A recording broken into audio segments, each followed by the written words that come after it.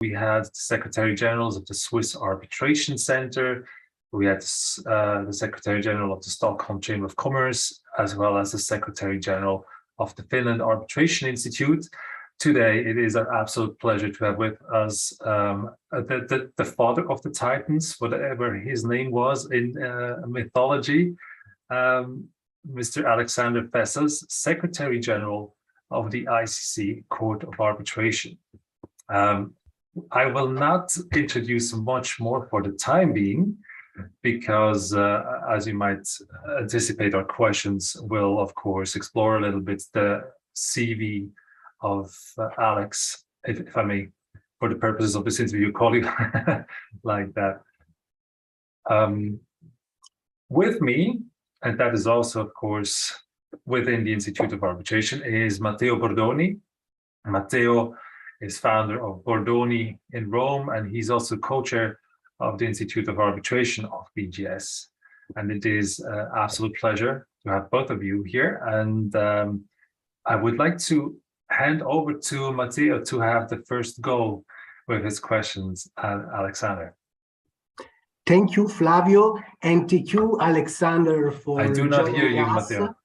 And let's start with a few warm-up questions. We understand that before you joined the ICC and climbed its career ladder, you worked as an associate at Steliot Kousoulis and Partners, an Athens. Wait a second, Matteo. Alexander, is it just me, or do you also have audio issues? No, I can hear you both loud and clear. Okay, good. Go ahead, Matteo. It must be with me. No problem, Flavio. So I'm saying that talking about first experience of Alexander as an associate at Steliot Kousoulis, given that you specialize in international commercial transactions and conflict of law, we assume that this was also your area of practice in the law firm. I'm right? Well, thanks for the question, Matteo, and Flavio, also for your very kind and flattering words. The leader of the Titans was Kronos. He didn't end up well, and not necessarily for that reason, but I don't necessarily associate or identify myself as one. But I'm nevertheless very flattered by what you've said. To your question, Matteo, yes, I did start my career as an associate within an Athens-based firm, a small boutique firm, and I was already a member of the firm as a trainee lawyer, and before that as I would think the equivalent of a paralegal. And my area of expertise, once I had completed my LLM, was conflict of laws and international business disputes and litigation. So that definitely had, I mean, conflicts was probably my first love at university, and it sort of like paved the way into conflict of laws, paved the way into conflict of jurisdictions, and ultimately into alternative dispute resolution. So there is a clear line to be drawn between all three. I clearly understand you. Then in 2008, you set up your sole practice in Athens. And what triggered your decision to go solo? Well, setting it up, I think, is a very grand way of saying that I just went solo. I think when the office suddenly closed down, and it was a rather violent change for reasons that had to do really with the fact that the main and founding partner of the firm passed away at a very young age.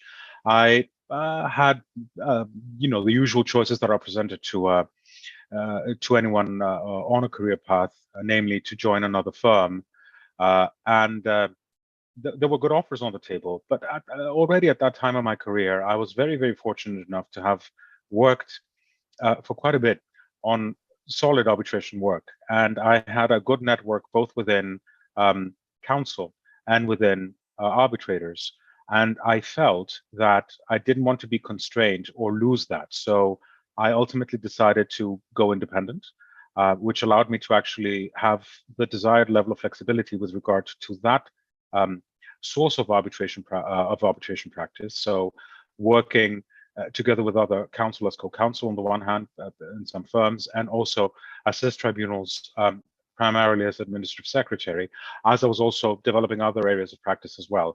I should say that at that time, and definitely within the jurisdiction that I was practicing mostly, independent practice was, if not the rule, was definitely not an exception. And I also felt that there were other areas of law that needed to feed my desire to better understand how law works and also to build on my experience. So I felt that that was the right move, and I just took it. Thank you, Alexander. This is really insightful, and I can really relate to that on the basis of my experience. I would recommend to young practitioners to go solo, at least for a while. But what was your experience as a sole practitioner helpful in your current career as the Secretary General of the ICC? Well, I think in retrospect, it didn't hurt. I think I had a very, as I mentioned, active presence within what is international arbitration. So that definitely didn't create conflicts. It didn't sort of like block the way from my advancing my knowledge and practice in arbitration. And again, within the jurisdictions that I was practicing at that time, arbitration work within any single one law firm was not as pronounced as perhaps it is today in Paris and London and New York and Singapore and elsewhere. So it did allow me, again, access to a wider pool of arbitration-related activity, which was really, really good. And at the same time, as I'm sure we all know here today, arbitration is a wonderful, wonderful area of practice. But at the same time, it could also be seen as a shell within which other elements of law and legal practice need to also be included. And that is substantive law and different areas of legal activity. And if one decides to practice solely in arbitration, one may risk especially in the beginning of one's career. I think there's a significant risk of one alienating oneself from all of that. And that is something that I didn't really want to have. So I think that it probably turned out to be quite useful. Thank you for your reply. Then you joined the ICC Secretariat in late 2011. Do you remember your first day as a case manager at the ICC? What did you do? What were your feelings that day? Good question. I remember it very vividly. It's a long time ago. I remember that at the time, the ICC in Paris was headquartered at a different building at Cour Albert Premier, which is has been, or was rather, the seat of ICC, including the Secretary of the Court since the 1920s. And I remember walking in and the first flight of stairs and going into an elevator, which was already occupied by the Secretary General and the Deputy Secretary General of the Court, together with the person who was escorting me. So it was a little bit uncomfortable just meeting them like that. Well, not uncomfortable, it was a little bit bizarre, I would think. And then the first day was a bit of a blur, because as were the first weeks, because you have to go into a lot of training to understand the inner workings of the Secretariat and the Court. There's a lot of technical knowledge that one needs to actually absorb in a very, very short period of time, while one is also trying to get one's bearings in a city. And so I was opening up a bank account, and I was trying to find an apartment and all the relevant, admin paraphernalia that go along relocation. So it's quite intense. I will definitely not forget those first days. I can imagine. So you started your career within the ICC as a deputy counsel in the Eastern European team in 2011. Then you were promoted to counsel, first in charge of the North American team, and later in charge of the Eastern Mediterranean and Middle East team. How did you deal with the cultural diversity in managing the cases and the respective teams? Well, when you're given lemons, you make lemonade, and I think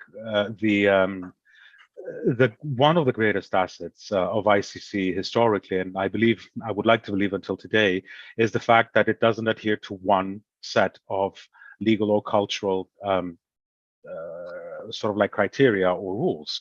I think that I would not have been necessarily the obvious choice to lead the North American team at the time that I was chosen. I think that was, as many things in one's career and life more broadly, is a result that is a combination of, I think, solid work and at the same time an opportunity that arises for reasons beyond one's own control. So there's a bit of luck and a bit of hard work combined. I was given that position because the North American cases were still administered via Paris, while the ICC was in the process of establishing an office in New York, which wasn't yet ready. They believed it would be ready in a very short period of time. And so they thought, well, we want him to be counsel. We want him to lead a team. We don't yet have a team ready for him, but we have this one. So he seems, I guess that's what they thought, I'm assuming now, he seems, you know, fairly minded, and he's doing a good work, and he will probably be able to manage. That lasted for a good part of 2 or 2+ years, so it was a little bit longer. Again, cultural affinities are important. I think one needs to approach it quite openly, and one needs to obviously know or be aware of the various jurisdictions implicated. And I did have experience with regard to North America, or at least the laws of certain states and lawyers and parties from that region. So it wasn't sort of like falling into a complete vacuum or completely new area. But then again, one always tends to forget that America or the United States and Canada is not just one thing. It's at least 54 or 60 different things. And so a case which is seated in New York is very different from a case that is seated in Michigan or in California or in Miami. The same way that a London-seated arbitration is not going to be the same as a Rome-seated arbitration or a Geneva-seated arbitration, one in Athens. So all of these things are things that one needs to keep in mind and ultimately very, very quickly become accustomed with. May I quickly jump in here? When you say that those cases might differ, does that sort of affect also your work as when you're in a case management team, or when you as a counsel have been overlooking cases? Was your work also different depending on where the seat of arbitration was, or would it rather be the conduct of the procedure might have differed a little bit, but the work of the ICC itself, of the case management team, remains in essence what it was, and there was not much variation there? Yeah, I mean, I'm using the seat as an example, right? But it's a telling one. I think it's always sort of like a point of gravity for many other things. Well, the work of the ICC is always the same. I mean, we provide the same level of excellence, and we have the same mission to make sure that, you know, access to justice is safeguarded, and of course to ensure that the end result of any arbitration, the award, is valid and enforceable of law. So that doesn't change. But what does change is everything else, and there is no one size or one way of doing everything, obviously, the way that a case is managed, or the way that court and ultimately the secretariat and ultimately the court instill their service and provide their service within the case, will depend on the legal and cultural affinities of each individual case. To give you an example, there are certain areas within the United States, as elsewhere in the world, where arbitral process is very much still influenced by civil procedural rules, which is very different, I think, from the concept of international arbitration, at least the way that we know it in France or Geneva or Singapore or many other places. So one needs to bear that in mind and have it fully in check in administering a case, because obviously the way that an arbitrator or a party or a counsel or an expert will approach the dispute is going to be quite different, both procedurally and substantively, but definitely the procedural side, I think, is quite evident from the get-go. So yes, it did affect a lot the case management style. Thanks. Thank you, Alexander. Very insightful, also from a procedural point of view. And I have this other question, which is, I think, is linked to the last one. How did the responsibility of the managing council and the secretary general change? More concretely, given that the secretary general important task under the rules, to what extent is the secretary general still involved in the case management of the individual cases? Right. Well, again, very good question. Well, the managing council is sort of like within the hierarchy of the secretariat on the case management side is sort of like the third senior most position. And the managing council is a position that was, I think, established around the time that I joined ICC, if I remember correctly. And there were only a handful of people that had occupied it before I did. And it was very much a new position and very much affected or influenced by the sort of like the approaches that each of those individuals who had come before me wanted to approach it, and those they were working with, of course, their own managers, the Secretary General and their deputy. So by the time I went there, I think it was very clear that the managing council needed to be the one member of management that would have a very, very close collaboration with all case management teams on the daily administration of cases. And that is something that I did. I was very, very active in case management and making sure that practice was maintained, and making sure that communications, and especially more difficult communications, were handled the way that they should be handled, and importantly, liaising with the case management teams and preparing our memoranda for the court for review, being at the courts, not always, but also with or in substitution of the Secretary General and the deputy, to represent the secretariat at the senior-most level, and importantly, to read draft awards, the second level of review of scrutiny. And I read a lot of draft awards during the years that I was the managing counsel. In fact, I read a whole lot of draft awards. That has maintained. I think the managing counsel position, of course, has not changed in its core. What we have progressively done since my time and since I moved away from it is that we've allowed the managing counsel to also be a little bit more involved in business development and in conferencing, in research, of course, and in representing the secretariat elsewhere. And I think that's really important. The role of the Secretary General has also changed because the organization itself has grown. It wasn't the same in the 1920s and the 1950s, the same way that it's not today the same as it was 10 or 20 years ago. Am I involved daily in case management? Yes. Am I involved heavily daily on case management? No. And I don't believe that that is really needed. It's not my appetite or choice. I think it's just not needed because of the structure that we have. What is needed, as with any organization that follows the same hierarchy as ours, I suppose, is to be able to be involved and to be accessible for those matters that matter. And therefore, I am advised, or my input is sought either by my core team or by other colleagues in case management whenever there is, again, a very sensitive issue, whenever there is a practice point that is emerging, or one that needs to be tweaked or ironed out, whenever there is an urgency, whenever there is a need to change policy again.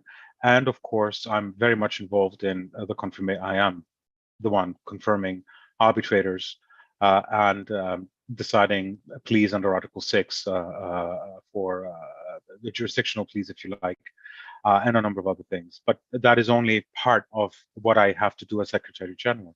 And my day is also taken up by a number of other activities that relate to other departments of dispute resolution services. And indeed, of course, I think my role as the one of the ambassadors of the organization, and therefore promotion, business development, client engagement, and so on and so forth. Thank you very much for that. You mentioned before that in 2013, I guess, the ICC opened the office in New York City. Can you give us some background about that, and the strategy that led to the opening of the office in New York? And again, in May 2017, the ICC Court also established a case management in São Paulo, in 2018 in Singapore and in late 2020 in Abu Dhabi. How does the opening of local ICC presence affect the relationship and cooperation with pre-existing national or local chamber and commerce and other international arbitral institutions? That's a complex question. So if I forget part of it or answering part of it, please let me know. The reason behind our sort of like our establishing of overseas offices is simple. We are not a national, and we're not, or a domestic, if you like, and we're not a regional arbitral institution. We're a global arbitral institution. And I say that not by aspiration, I say it by results. We have been identified as such by those who have been using ICC dispute resolution services traditionally and those who have only used them in more recent times. If one looks into our basic statistical reports over the years, and they are freely available, one will see, of course, the plethora of parties that come from a really varied base of jurisdictions. And the same, of course, goes with regard to those who sit as arbitrators. And the value proposition of ICC is actually that I in ICC, which is the international aspect of its work. And it doesn't mean international as in just cross-border. It means international as in not in one region or one jurisdiction. And so it was quite obvious that as that model was extremely successful for ICC since the beginning of this century, so about 22 odd years ago, there was a need to move from a very centralized way of administering our work or performing our work to a less centralized and therefore a little bit more decentralized way. And that is what led initially to the opening of our office in Hong Kong in 2008, and later on, between, as you said, 2013 and last year, to the opening of an additional 4 case management offices elsewhere in the world. And that is the basic strategy. I mean, I won't be spilling all of the beans, but that is basically the basic reason why we did it. And it's been going quite well. I mean, look at New York. US parties consistently rank as the #1 nationality of parties using ICC arbitration year in, year out. In more recent times, Brazilian parties rank as #2. And that is why you have the office in Sao Paulo. Parties from North Asia, very prominent. That's why you have Hong Kong. Parties from Central and Southeast Asia as well. That is why you have Singapore. And of course, the Gulf region is an extremely important area for ICC. We've been there for many, many years. And that is why you have Abu Dhabi global market. And again, it's good to be able to also match or see the reaction of the market to all of those moves that you make, or the arbitration disputes milieu, if you like, to use non-commercial terms. We've been, again, and I hate to be the one singing our praises, but I'll say it for the sake of an answer to your question, Matteo. We've been consistently identified as the leading, rather as the most preferred arbitral institution worldwide. So I think it's actually paid out quite well. Now, you asked us to whether that influences our relationships with local arbitral institutions. Is that right? Yeah. Yes, exactly. And with local chambers of commerce as well. Well, I mean, ICC, the Secretariat and the court are part of ICC. ICC is a member-based organization. It has corporates as its members, business associations, and of course, chambers themselves. I don't think that in and of itself, the opening of an overseas case management office influences in any way the relationship that exists between our members and ourselves on the one hand. In a negative way, I think it just amplifies it a lot more because you're much more visible, you're much more relevant, and you're much more relevant basically in the way that you work, the way that you do your work, and that obviously generates more work. Also, the model goes. With regard to other arbitral institutions, I do believe that choice is really important, and I do believe that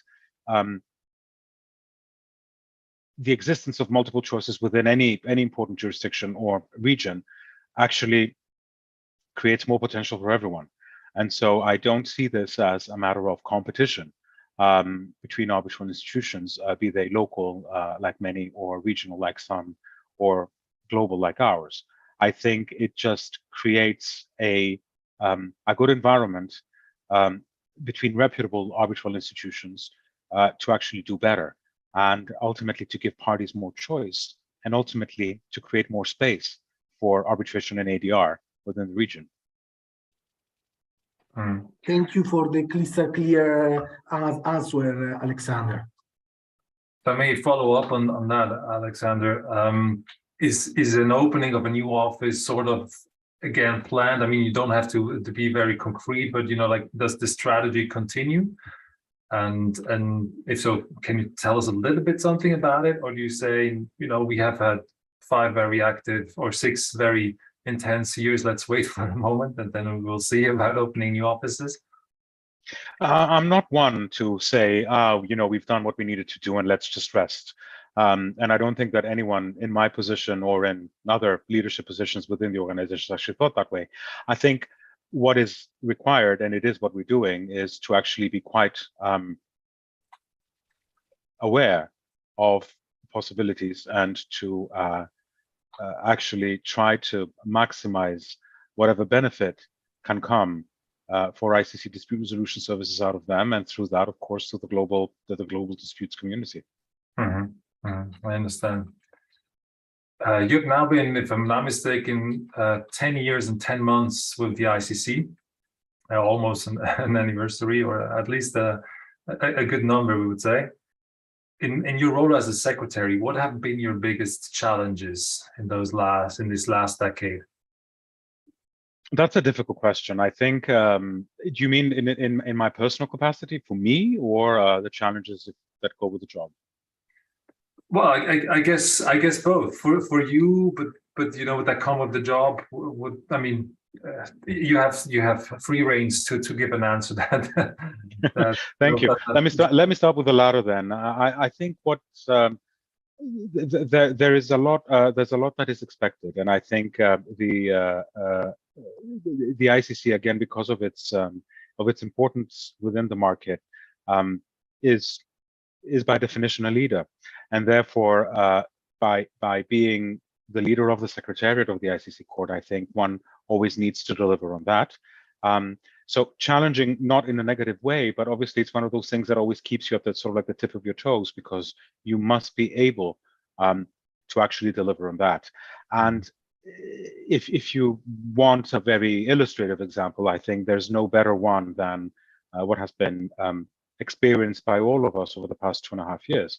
So the ability, for instance, not just from an operational point of view, which is quite difficult for an association, but also from the strategic and again, the leadership point of view as well, to be able to shift notions and paradigms and be able to deliver on our mission and our objectives, and to be able to continue to run cases and to be able to continue to pursue and achieve the goal of access to justice and the embodiment of rule of law at a time where the world was shut down was definitely a big challenge. But that is what this position requires, and that is why one, I guess, selected for it and what one needs to do. So I would think that is definitely one of the biggest challenges.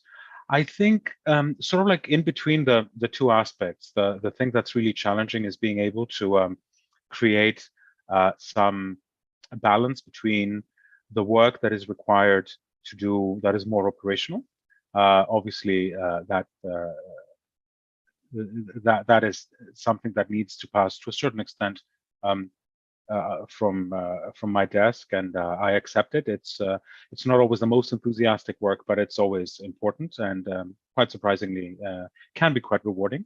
But then there's everything else that has to do, as I said, with the running of the cases themselves, the strategic thinking and the activity to actually implement and deliver on that, and a number of other points. So being able to manage those different aspects of one's portfolio, I think, is actually quite challenging as well.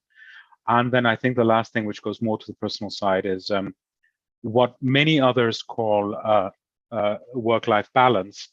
which I struggled with until I realized that it's, I mean, for me at least, and I'm not suggesting that it's the same for others, but it is definitely for me, when I just realized that that is not really the way that it is. There is no work and life balance, there is life balance. And then once I kind of like switched or shifted my my viewpoint on that, then everything became a lot more manageable. I find that answer really interesting. Particularly, we have in a moment we will give you a few more questions, short questions, as you know, as to Alexander Fessas outside of the ICC, and your and your answer seems to imply that this sort of merges. And of course, I mean, every one of us has, you know, is perceived as maybe a lawyer within that firm, but work-life balance in its original, in its sort of original term or notion would still make me believe that that you have a life outside ICC, which we will explore in a moment. The last question about the challenges that you were talking about, and you sort of took it already. You already anticipated a little bit, because since 2020 we have been through. It seems we've seen any supply chain disruption that there is, but it's not over, and it continues. Your role itself, has your role changed, or has your perception changed of arbitration in the last 3 years? Have the last 3 years make you, you know, maybe even question arbitration, or if I may be blunt, has it make you question ICC arbitration in a certain way? Very good question, Flavio, and thank you for that. I think it hasn't changed the way that I see it, but I need to clarify what I mean by that. I have always approached, and I'm not the first one, and hopefully not the last one, but I have never approached arbitration as a one thing, a one formula, or a one model. And I also don't approach it as something that fits every dispute or any you know, business need or any business expectation. It is one of those options that are and should be made available to corporates, to states, to state-owned entities, and so on and so forth, in deciding what is it that they want to do in terms of strategy with regards to, or mode in selection of options within a contractual arrangement or a multiplicity thereof, and why. And therefore, in order for that to be done, arbitration is something that will change through different periods of time. Not the basics of arbitration, but the way that it is administered, the way that it is applied will change.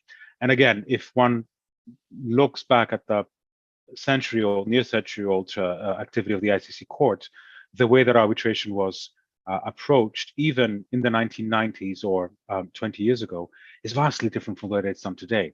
I know that very often we don't have the luxury of time to actually go back in bibliography to see how some of those issues may or may not have been there, and how they were treated. But there are a lot of similarities, there are a lot of differences. So change is the one thing that defines ICC arbitration. And if one sort of like understands that from the get-go, or is familiar with that from the get-go, I think then ultimately the answer to the question is no, I haven't really changed the view with regard to what arbitration is, what ICC arbitration is. But you need to be able to do, I think, two things. You need to be able to keep an open mind. You need to be able to consult the right people who will be able, or interact with the right people who will actually be able to think in a similar way. And then ultimately, you need to be able to, willing rather, to be pushing the envelope just a little bit further every time. And that's innovation. And sometimes it's even transformation. And that is what we do. Jumping in your last sentence, I have this question. In your view, what are the legs of your legacy as a Secretary General? That won't be for me to say. I mean, what I could say, if you like, in sort of a response to that, is that for me, it's important to ensure service excellence, regardless of what type of service one is providing and who it is provided to and under what conditions. That for me, I think, if my team and I have been able to accomplish that, or be identified as having accomplished that, then I'd be very, very satisfied and indeed grateful. What is really important to me also is to ensure that we do innovate, that it's not just service excellence, but actually move this way more forward. And it is something that I've enjoyed immensely during my time as Secretary General, and I have a lot of people to thank for that. And then lastly, if I may, this is more internal, the people that I work with are very, very dedicated, extremely talented professionals, lawyers, most of them, and not all. Some are admin and some come from different areas of activity, but all of them are immensely dedicated to our common cause, and they know how to run the extra mile, and sometimes more than just the extra mile. And I hope that I will have succeeded when the time comes to pass this on to the next person, that I will have succeeded in making sure to have given them whatever means what necessary in order for them to actually do that. Thank you very much, Alex. Very inspiring. I guess also for the team if they hear that. But what is inspiring you? Where do you draw the inspiration from every day? I mean, you know, like motivation. Inspiration in for work, you mean? Yeah, I mean, you stand up, get out of the house, and then go to work. But what keeps you going after 10 years and 10 months? I mean, you said it's quite challenging, it's demanding, and it's high pressure and also high speed. Well, I think one needs to love what one does. I think and find it fulfilling, and finding ways of approaching it in a way that will always be engaging and rewarding and challenging. And this type of work is the type of work that has kept me satisfied in all of those fronts for some time. And given that this expression of 10 years keeps coming back, may I just clarify one thing? The work that I'm doing now has nothing to do with the work that I was doing 5 years ago or more than that. And so much as it is within the same organization, the work itself has changed dramatically. And that is one of the extra reasons why I'm so grateful to ICC, because I've actually been able to experience a gamut of different angles of the work that we do, or of the work that I already knew as a practicing law in arbitration beforehand, that I would never have been able to experience otherwise. So this for me has been an amazing ride. So that is definitely something that I fully believe in, and I share with you, and through you with everybody else listening. You must really like, if not love, well, love, if not just like what you do. Otherwise, please try to find something that will actually get you closer to that. It's really important. It's all the effort and all the work are not worth sacrificing if you don't enjoy it. You must enjoy it. I fully agree. But let me quickly explore whether I find some other sources of inspiration, and for that purpose, I will pose a few sort of speed interrogation questions to you. Basically, I'm giving you options. All right. Obviously, it's in simplifying terms. So you have to pick one of the options which better matches your personality. All right. So one of the examples will be, like Alexander outside of the ICC, would he be drinking wine or beer? Is that all I have to choose from? Exactly. It's as simple as that. Rather wine or rather beer? Wine. Red or white? Oh, red. Italian or Greek? For red, Greek. Okay. Favorite music? And I give you options again. Rather classical music or rather hip hop? Rather classical, for sure. Another extreme, Country music as opposed to metal. Oh, country for sure. Country Okay. music is amazing, amazing, amazing. Really? Okay. Yes. I'm personally a little bit disappointed because I'm a huge metalhead, but that's okay. I was never inclined. I mean, I'd have gone to like a Metallica concert and Scorpions concert. Those were great. And I will listen to it on occasion, but like, I'm not sure that that's really for me. I understand. When it comes to reading books or watching movies, you know, in leisure time, rather reading a book or rather watch a movie to unwind? Depends. But I think to unwind, it would probably be a movie. And if it's movies, is it rather comedy or drama? A mix. A mix. Okay, drama comedy. Rather horror movie or, you know, love, romance? I just have a feeling that we've seen everything, you know. So rom-coms are not really my thing anymore unless they're really well done. Whereas if it's a horror movie, if it's poorly produced and it's not good, it may still be good for totally different reasons. So it may still be extremely more enjoyable than an average rom-com. So I'd go with that. Okay. Favorite subject in school, math or history? Oh, history, undoubtedly. Although I was very good in algebra, I really enjoyed algebra, but I would never trade history for that. Okay. If I may ask, is history still something that you know, enjoy exploring? Absolutely, absolutely. And if I may follow up, do you believe that knowledge of history sort of has given you maybe an understanding even of certain disputes or of certain things that you see in your work life? I mean, there are patterns in human history that once identified can help clarify things. Yeah. I wouldn't say that it's an absolute path or the only one, but it's definitely very helpful. Excellent. Are you a fitness guru or rather a couch potato? I alternate between the two. No, actually, well, couch potato, I wouldn't really call me a couch potato, no. But I'm not a guru either. I just enjoy working out. I really do. Good. Favorite sport to watch, soccer or rugby? Soccer. Okay. Tennis Sure. or ice hockey? Tennis. Okay. Your favorite holiday is taking place in the city or on the beach? It depends on the time of year. Summer? I mean, in the summer, oh well, a beach.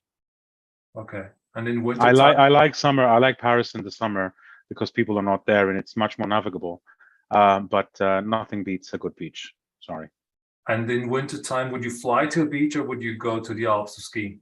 Or I would, well, in the winter time, I would rather spend time in a city that is close to a mountain, which I do actually. Okay. Excellent. Thank you very much for this sort of speed responses.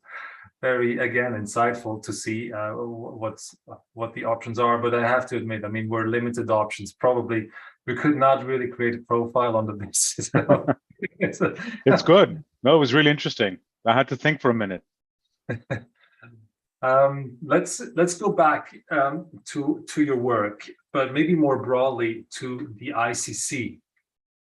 So not necessarily limited to your role, but for the ICC, what are the key challenges of the ICC today, in your view? Well, I mean, if one looks at the state of the world today, I think it's the shifting changes and the collapse of multilateralism, for instance, is one very, very important thing.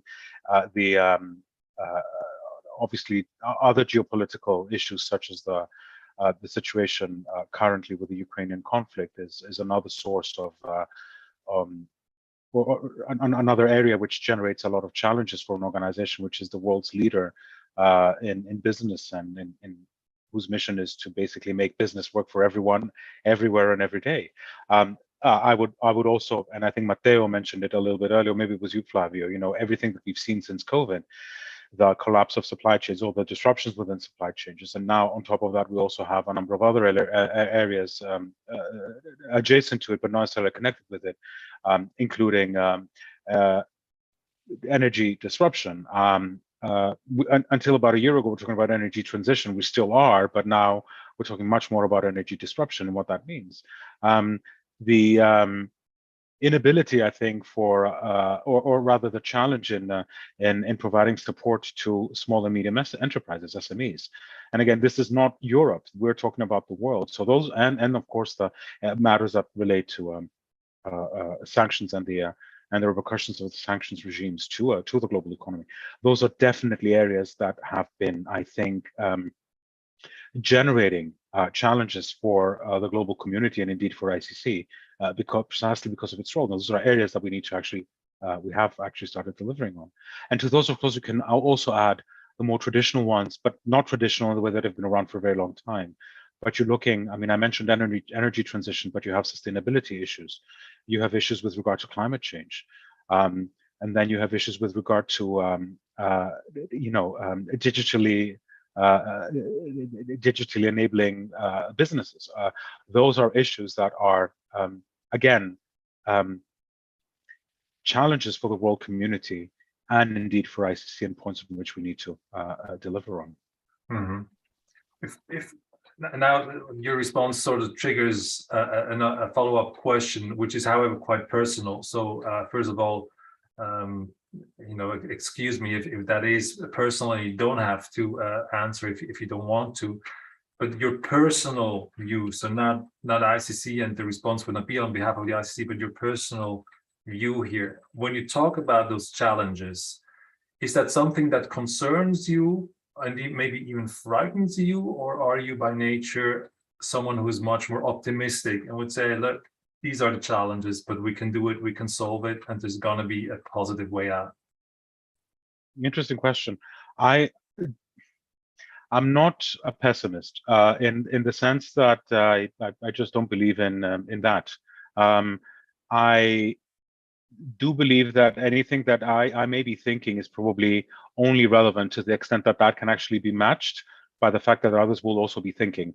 And I don't mean thinking that exactly what I am or agreeing with me, but the fact that there is a cognitive process and a process of working around a challenge or an obstacle in a way to finding a solution. And that gives me a lot of comfort, and probably that's the main reason why I'm, in principle, an optimist rather than a pessimist. And now I'm not a romantic optimist. I don't believe the world sits under pink clouds and a very shiny sun.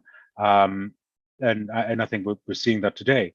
But what I have learned as a personal lesson, I don't know if that is too grandiose to sort of like extrapolate to a different level, but it's usually helpful to have some faith and to see challenges as opportunities to move forward rather than as unsurmountable limits to one's ability.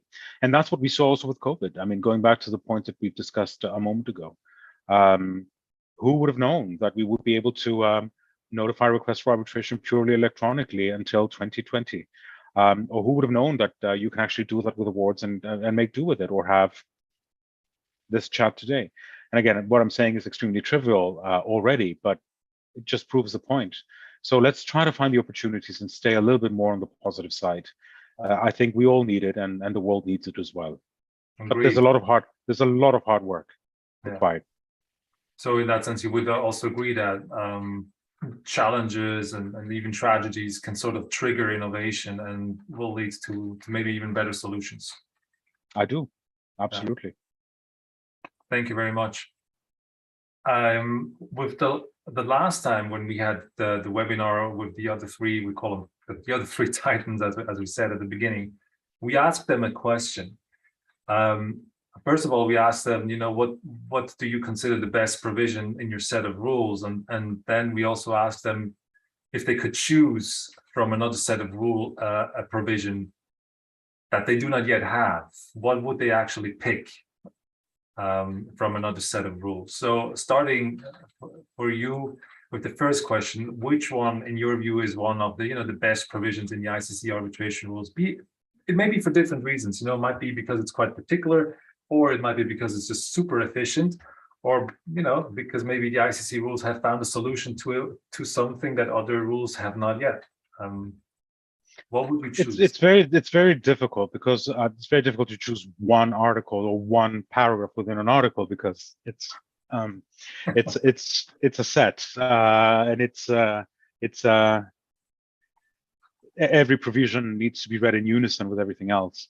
I'm particularly attached to those provisions that speak about complex arbitration, because I think they're extremely good and very innovative. Those are the provisions. I mean, those provisions would not have existed in any set of rules had the ICC not drafted them first, because we saw them arise in the cases. And that's actually how change and innovation is really embodied in, I think, our DNA. It's included in our DNA. That is how, for instance, Article 12.8 came out, DOTCO and all of that, and that is how Article 12.9 came out in more recent times. So I would definitely opt for that, including joinder and consolidation, particularly consolidation, which I have a certain affinity for. Don't ask me why, but I do. Yeah, and then I could choose many others, because there's more there that I'm really fond of, and well, aside fondness, I really believe that there are excellent provisions. With regard to other arbitral institutional provisions of other arbitral institutions, I'm not really sure. And I'm not saying this to be sort of like dismissive or blasé. I say this with a lot of respect, but I don't want to do injustice to anyone by choosing one and sort of like forgetting the others. I could certainly think about ones that I wouldn't necessarily be extremely attracted to, but I can't think of one that sort of like sticks out. I'd be interested to know unless you share the ones that they've chosen, and then we can talk about them. Well, what has been mentioned the last time was that the SEC, the Stockholm Chamber of Commerce rules had introduced, I think, the express determination. And if I'm not mistaken, SEC Express. Yes. And one of the other institutions said that was quite an interesting tool that they could probably use. And the question would be, do you need it, or do the rules already provide for sufficient flexibility in actually to tackle something like that in any event? So I don't know, do you have a view on SEC Express? I was very interested when I saw it launch. To be completely honest, I thought, here is something that is really, really interesting.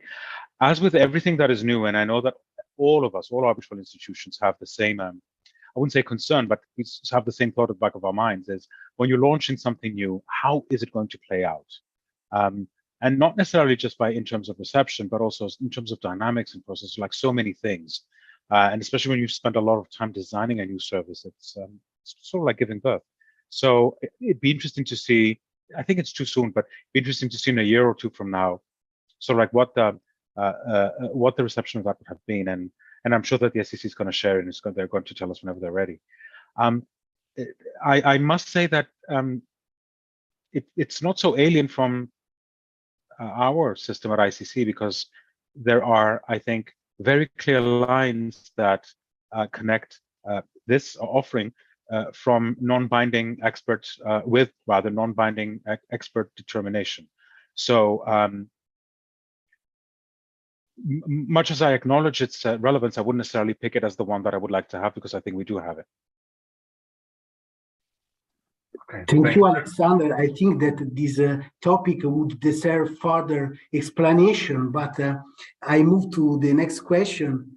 On the 4th of November 2016, the ICC introduced the expedited procedure as a step of further increasing the efficiency and transparency of ICC arbitration. After 2 years taking stock of your experiences, do you believe that such an important tool should be improved more? And if so, how? I think it's a tool that works wonderfully well. We have in the sort of like 5 years, but effectively 4, if you think about the trickling in of cases, that we've been managing cases under the expedited procedure rules. We've administered more than 400 cases under those under those provisions, and the results have been great, because it actually proves, and this is where change sort of like also connects with the past, where you can actually see that you can have a cheaper, quicker, and still quality result without ever endangering sort of like the process the way that one knows it, and with no real delay, which is phenomenal. So are there ways to improve it? I assume there are, and that is why we also introduced changes in the 2021 rules. We increased the threshold for a couple of other things that, not necessarily in expedited procedures, but there were a couple of things, other things that were sort of like tweaked. I could see a couple of things that I would potentially change, but I'm not one to rush to say it's going to be this one or that one before I actually dive into the cases. I do have an idea with regard to the potentially the discretion of the court to actually remove a case or move a case into, well, rather remove a case from expedited or expedited arbitration. I do believe that it's too soon to tell, but I would think that increasing the threshold even beyond the 3 million would be probably something we would consider as well. I agree. It's also something I sometimes see in the context of the Swiss rules. If I'm not mistaken, I hope I'm not saying anything wrong, but I think the amount in dispute is still 1 million. That would be the threshold. And there's certainly a benefit to the expedited provisions there as well. And it makes sense. At least some cases make sense, of course. There's That's it. Cases. That's it. Yeah. I mean, those are not easy decisions. That's why what I'm saying, I'm not rushing. It's that they really need to be carefully reflected. As with any service, you need to be very careful. But I could see us elaborating or sort of like pondering on this issue much more. We have received a question which I would like to read to you from Arleo Magdibai, saying the 2021 rules include a provision on third-party funding. How should the proponents in jurisdictions that have yet to recognize third-party funding try to champion this rule? Respectively, what were the primary reasons that the ICC explicitly recognized the third-party funding? Well, the rules are not saying that third-party funding is a bad thing or a good thing. I think it just by introducing a provision that mentions third-party funding, I think the rules acknowledge a reality, and that is that third-party funding is something that is real, and it is happening, and it will, in all probability, continue to happen, if not expand, in the context of arbitration. The reason behind the introduction of that rule is, I think, clear. It's there to ensure that, to the extent that there might be conflicts of interest, they are in a position to be ascertained as quickly as possible, and that is why the focus is on the existence and the identity of the funder. It's not on the funding arrangement or any other aspect of a third-party funding activity. And again, as this is one of the amendments that responds more to a need that had already arisen in cases, and obviously seeks to clarify what the expectations from the parties will be in these cases. Again, to avoid late disclosures or lack of disclosures, and ultimately the unnecessary generation or late generation of conflicts which may threaten the case. So that is the main reason. Thank you very much for the response, but also for the question. I think I have a final one because we're close to the end of time. We're running short here, but time flies. Yeah, but there's certainly something I would like to ask you, Alex, and I hope you can share with us. What are your plans for the future? My plans for the future is always to do something that I find attractive, invigorating, and something that gives me a sense of accomplishment and fulfillment. I won't stop that. I know very well that my career in arbitration is not going to end at ICC, and I have a lot more, I think, to contribute on very many different fronts, which I'm hopeful that I'll be able to do. So a good sign for us that you're certainly not excluding to go back into private practice, which is great. Which is great. We're going to be looking forward, and obviously we're going to track. Thank you very much, Alex. And I hand over again to Matteo. Alexander, let me just thank you so warmly for the interesting conversation, which has permitted the audience and us to get to know you and the ICC arbitral institution more closely. Doubtless, your mandate has resulted in great balance between continuity and transformation of the rules, which have been affected by unpredictable situations such as COVID and conflicts over the last 2 years. I'd also enjoyed a lot that you mentioned transparency and efficiency, which are very important for small and medium-sized enterprises, which are, I guess, are very important for the ICC activity. We are also delighted to announce another arbitration talk that will be held in person in Milan next November the 17th. We will provide confirmation of the topic and further details via social media. So let's be connected. And again, I just want to say again, thank you, Alexander, for your kind participation. It makes the ICC so close to practitioners and enterprises. Thank you very much. Well, thank you both so much. And of course, again, through you to everyone who's been listening in. Flavio and Matteo, it's been a pleasure. And I'm very, very honored to have been invited. Thank you. Pleasure was all ours. Thank you very much. Have a good afternoon. And you. Take care, everyone. Thank you. Bye-bye. Bye-bye, everybody. Goodbye.